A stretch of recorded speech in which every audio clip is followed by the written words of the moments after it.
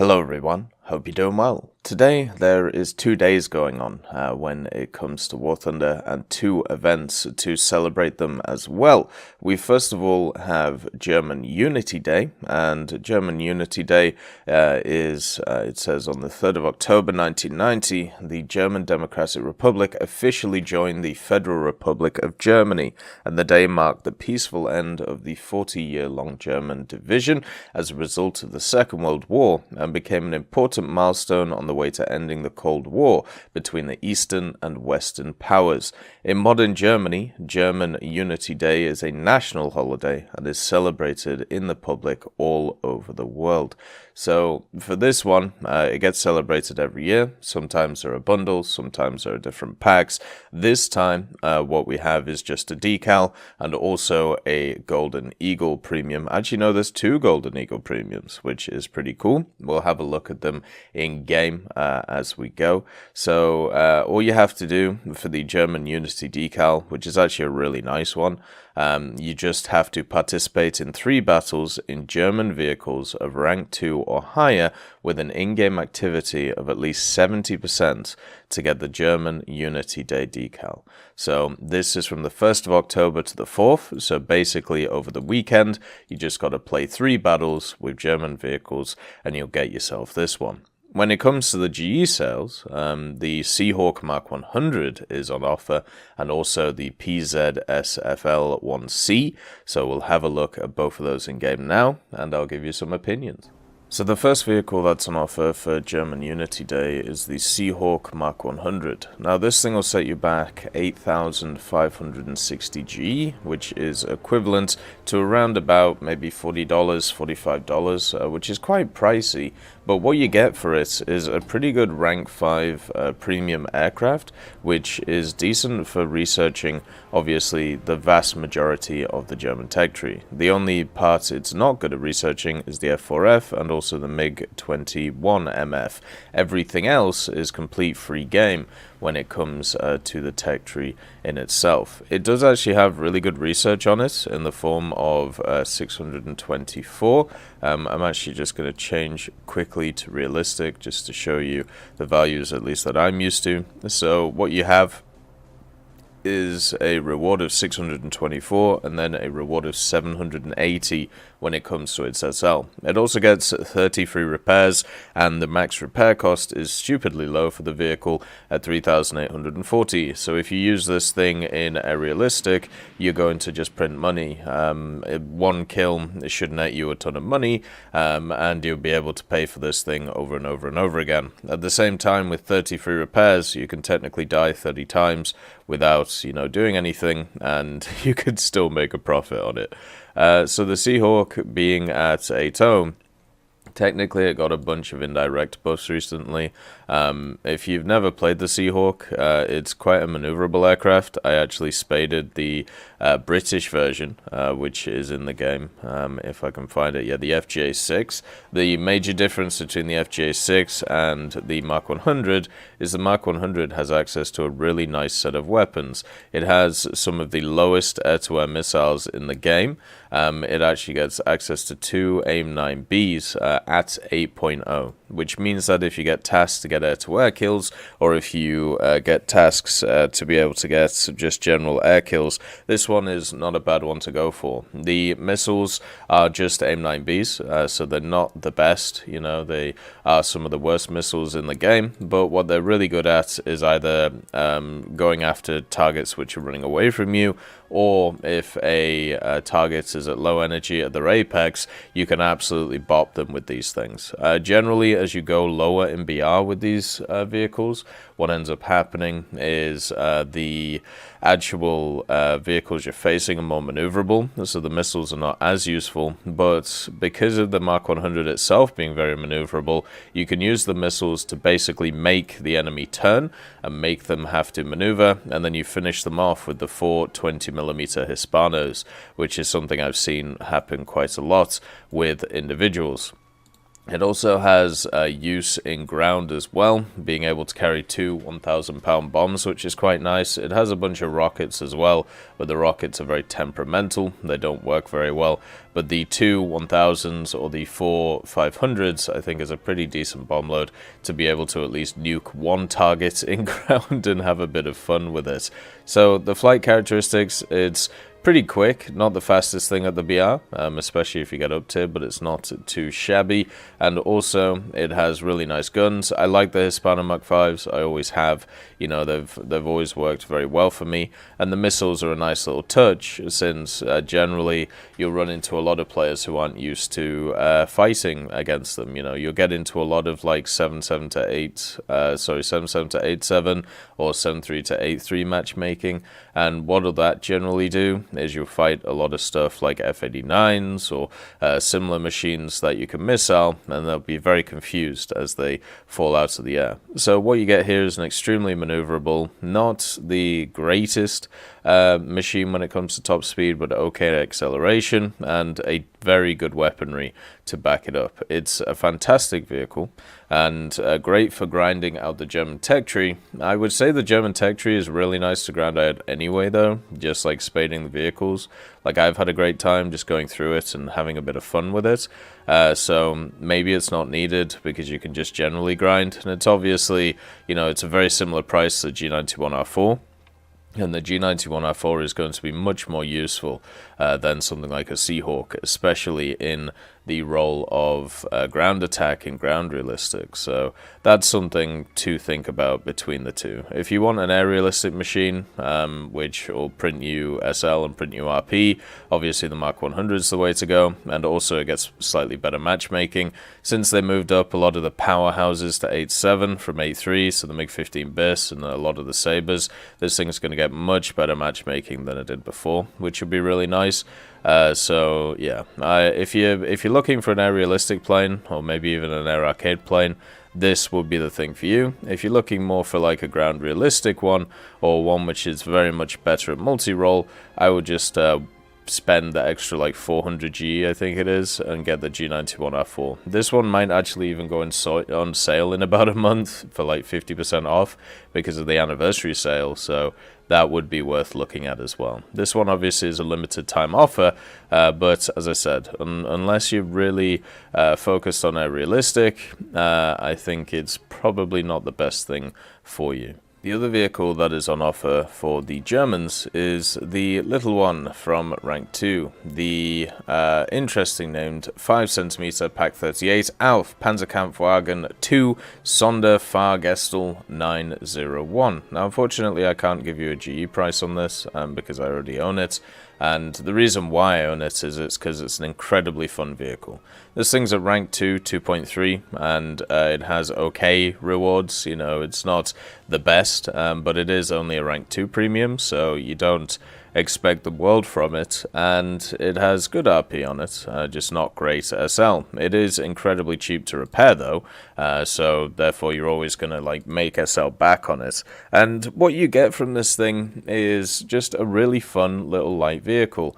This machine has access to the 50mm Pak 38, which you'll be familiar with on many other machines that exist. You know, the Puma has the 50mm, which is incredibly fun, and this one is pretty much exactly the same. Has access to the Pz.Sfl.Ic and then some APCR shells if you want. Has access to scouting since it is at rank 2, and also it has access to a 200 horsepower engine, which is not huge, but when you realize the mass of this thing is only 10 tons, it can actually motor around at a hell of a click. It doesn't really have a lot of armor, and it is open top to the back. It has a 3-man crew, so its survivability is not great, but the thing is, this machine is tiny. It's one of those absolutely tiny vehicles which is running around and having a little bit of fun with.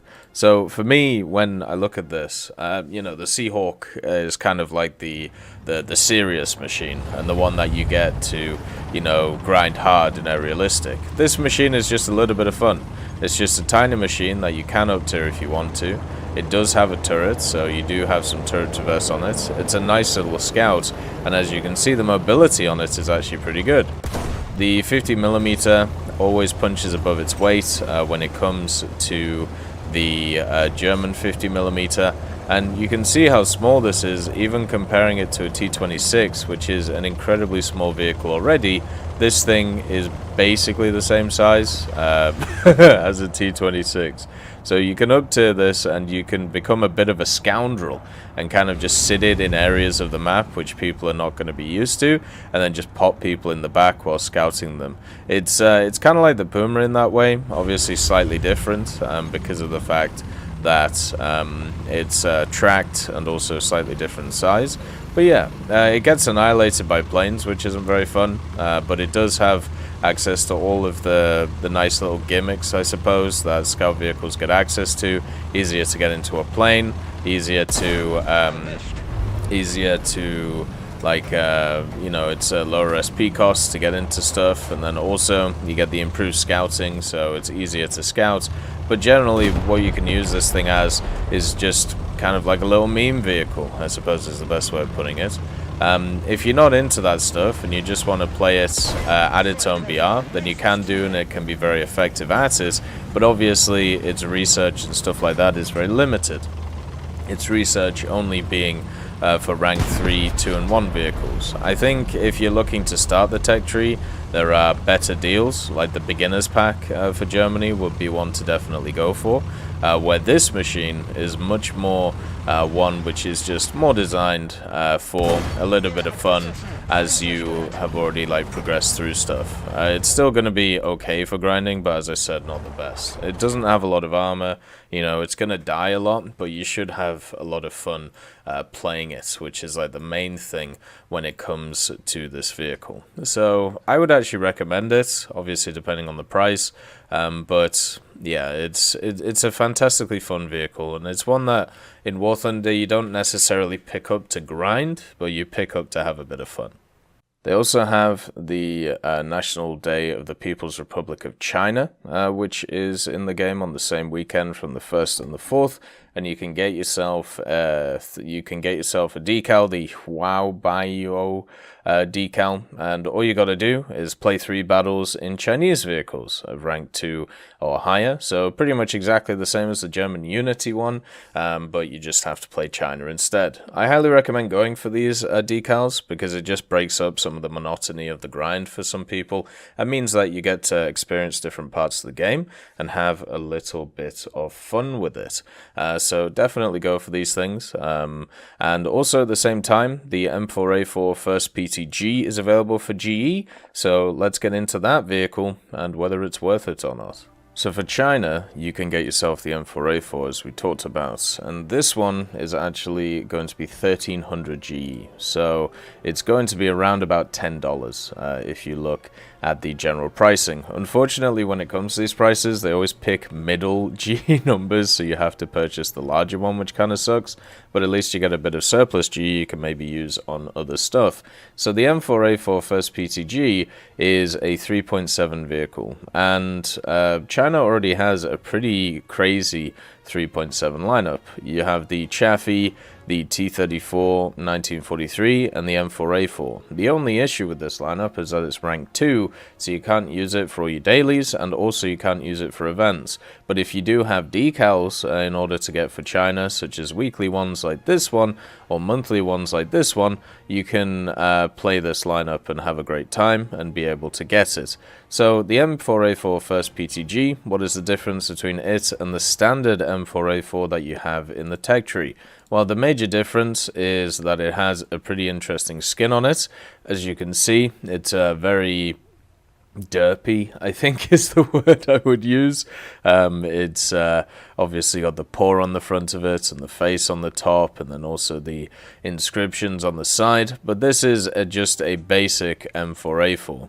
But the main difference in playstyle is the fact it has this 50 cal. Now, a 50 cal is incredibly useful in War Thunder, not just for going after planes, but also going after lightly armored targets. One of the things that makes stuff like the M4A2 from the American side very good for dealing with light vehicles, especially R3s, what I used to do back in the day when it came to You know, people talk about spamming of R3s. I'd take out my 4.0 lineup and I'd just 50 cal them all to death if my main gun didn't do the job. And it's the same thing with this 3.7 M4A4 right here. It's very good at dispatching light targets, it's very good at taking out barrels, and it's very good at going after aircraft as well. And since it's already the same BR as the M4A4 that you already have in the tech tree, it is technically a better paid version than the one which is there. So that is something to think about. When it comes to the Sherman itself, it has all the characteristics which make it a basically decent vehicle. It has the vertical stab, meaning that you can generally shoot first. It has the 5-man crew, so if your turret gets popped, you can still stay alive. It has the fast-firing 75mm with the M61 shell, which is a very powerful round and generally will one-shot anything that it fires. And the armor itself isn't the best, but when you angle it, it's alright. You know, it works pretty well, and even has some extra armor on the flat areas, even though that's not going to save you, unfortunately. The turret itself is okay. You know, the armor is the very much bog standard thing about this thing. Same with the engine. You know, it's the M4A4 is one of those like very average vehicles, but because it's average, it means that you can do very well with it. And you know, you don't have any weaknesses in this thing. There's no out and out weakness. There's just no out and out massive strength in it, which has to be understood. So for me, I think this is actually a really good purchase. Obviously, if you like playing rank 2, the rewards on it for research are really good for a rank 2, 408%. The reward for a sell is pretty low, but generally rank 2s have pretty low stuff, and it's also the only opportunity to be able to get a rank 2 Chinese premium, and there's no rank 3 one. So if you want to get started into the tech tree and get up to that rank 3 quickly so you can do stuff like dailies and do stuff like events with it, I think it's a perfect pick for that, and can run really well. And since it's similar to other vehicles that you have in other parts of the game, you'll enjoy it quite a lot because it will be like a familiar face. So I think this is actually a really good pickup, and the Chinese tree gets a lot of flack for being a lot of copy and paste. A decent amount of the lower tier stuff is, so if you get something like this and get through it really quick, then you can actually get to the more interesting stuff, which is at the higher echelons of the game, which is actually really cool for China, and also ever expanding over time. I've had some great times in the 8.0s, 8.7s, especially the PTZ recently. The ZTZs are very fun as well, and also the TTS, and the WZ305 is a destroyer of worlds with this DKY 1 round, the HEVT. Stupidly fun to play that thing. It also has a fantastic 5.7 lineup, which you can use for events. Massively fun on that end. So yeah, I'd definitely say it's worth this pickup if you haven't played China before, just so you can get into it and get some of those higher ranked vehicles. Anyway, that is the end of the video. Hopefully I've given you some insights on some of these vehicles, and make sure to get those 2 decals. The places where you can see them, oh, they've even golded them, there you go. So you can see them here and also here. You can add them to your favorites and you can see them right here, so you can keep track of them. As always, I hope you have a wonderful day, and I'll see you next time. I'd just like to thank Professor X 1718, Orange Tail, Sakoshi Tiger, BRFC 15, Teddy, John Ryman, Universe A, Eugens Terry, Ambrosius McClellan, Daniel Stanton, Martinez, B. Young, and then Kyle Kin, Barine, Lafouche, and also Samuel Slick for supporting the channel.